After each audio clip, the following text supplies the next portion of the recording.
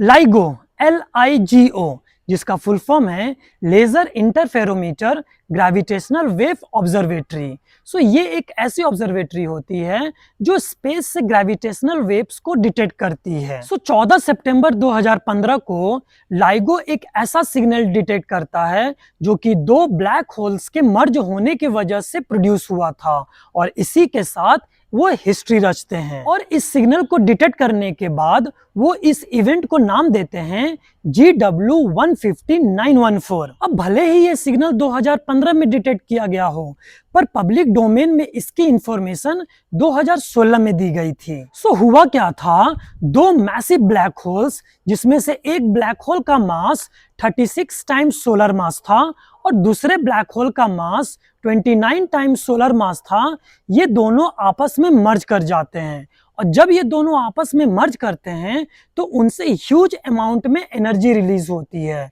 और मर्ज करने के बाद ये और भी बड़ा ब्लैक होल्स में कन्वर्ट हो जाते हैं, और उस ब्लैक होल का total mass 62 times solar mass था। सोलर मास से मेरा मतलब है सन का टोटल मास, जिसकी वैल्यू यहाँ पे कहीं दी गई होगी। अब जब ये दो ब्लैक होल्स मर्ज हुए थे ना, तो इनसे बहुत ही ट्रिमेंडस अमाउंट में एनर्जी निकली थी, और आप इस एनर्जी की मैग्नीट्यूड ऐसे समझ सकते हो कि प्रेजेंट समय में हमारे पास जितने भी स्टार्स हैं जो हम लोग ऑब्जर्व किए हैं, अगर हम उनको भी कंबाइन कर दें तो उससे भी ज्यादा एनर्जी उन दो ब्लैक होल्स के मर्ज होने की वजह से निकली थी। पर बात यही नहीं इंटरेस्टिंग है, आपको ये समझना पड़ेगा कि ये जो दो ब्लैक होल्स मर्ज हुए थे, इनकी हमारे धरती से दूरी लगभग 1.3 बिलियन लाइट ईयर्स की थी।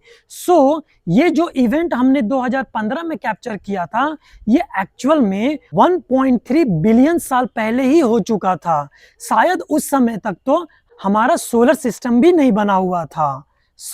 आई होप आपको आज की वीडियो इंटरेस्टिंग लगी होगी, और ऐसे ही स्पेस रिलेटेड फैक्ट्स के लिए you can subscribe to my channel, and if you have liked it, please share it with your friends and families.